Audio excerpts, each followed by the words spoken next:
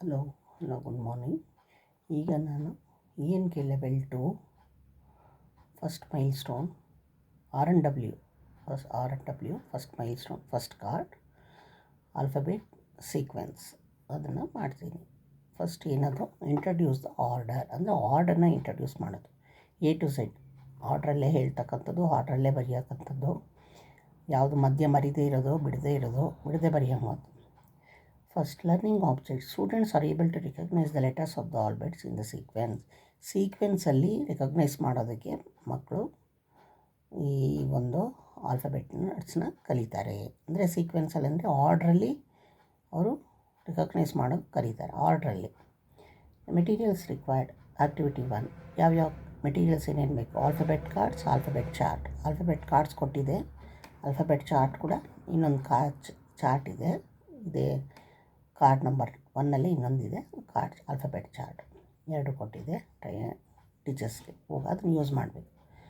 Procedure. Students remember the letters they have learned in class 1. Class 1ನೇ ತರಗತಿಲಿ ನೀವು letters ಕಲ್ತಿದ್ದೀರಲ್ವ, English letters, ಅದನ್ನು ಜ್ಞಾಪಿಸ್ಕೊಳ್ಳಿ ಒಂದು ಸರಿ ಅಂತ ಹೇಳಿಬಿಟ್ಟು get the student to call out the letters ಎಲ್ಲ ಹೇಳಿಸ್ಬೇಕು, ಎಯಿಂದ ಝೆಡ್ ತನಕ. Write it on the book sequence ಆರ್ಡ್ರಲ್ಲಿ, ಅದನ್ನು ಬುಕ್ಕಲ್ಲಿ ಬರೀಬೇಕು, ಇಲ್ಲ ವಾಲ್ ಸ್ಲೇಟಲ್ಲಾದರೂ ಬರೆದು ತೋರಿಸ್ಬೇಕು ಮಕ್ಕಳು.